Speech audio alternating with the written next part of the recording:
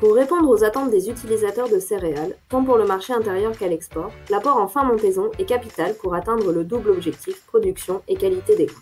La dose d'azote à réserver pour ce dernier apport dépend de la variété cultivée. La cinétique d'absorption de l'azote par la céréale n'est pas linéaire. Faible en début de cycle, les besoins en azote augmentent sensiblement à partir de la montaison et sont maximum entre le stade de nœud et le stade épiaison. Synchroniser les épandages avec les besoins en azote de la culture assure une bonne valorisation de l'engrais apporté.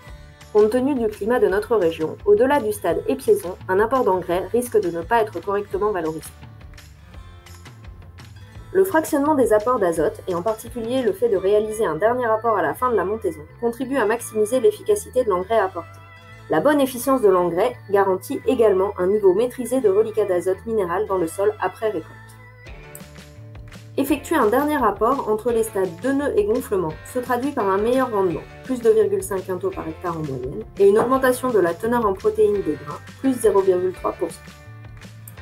Entre 1997 et 2017, 21 essais réalisés en Pays de la Loire ont étudié l'impact de l'apport d'une dose d'azote élevée, 60 à 80 unités, en fin montaison, à une dose classique, 30 à 40 unités.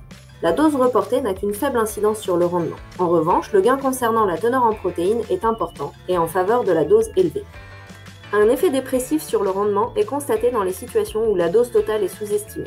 Il est donc important d'ajuster au mieux la dose prévisionnelle et d'utiliser des outils de pilotage. Dans tous les cas, compte tenu de l'incertitude sur la méthode des bilans, en cas de dose totale faible, on maintiendra un apport à épi 1 cm, 30 à 40 unités d'azote minimum.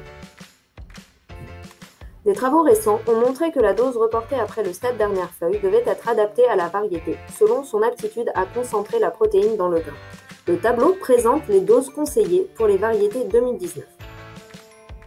Le fractionnement des apports d'azote, en réservant une quantité pour la fin montaison ajustée à la variété, permet de concilier le double objectif rendement et protéines. Cette pratique permet de maximiser l'efficacité de l'engrais apporté. Le recours à un outil de pilotage permet d'affiner ensuite le stade d'apport et la dose.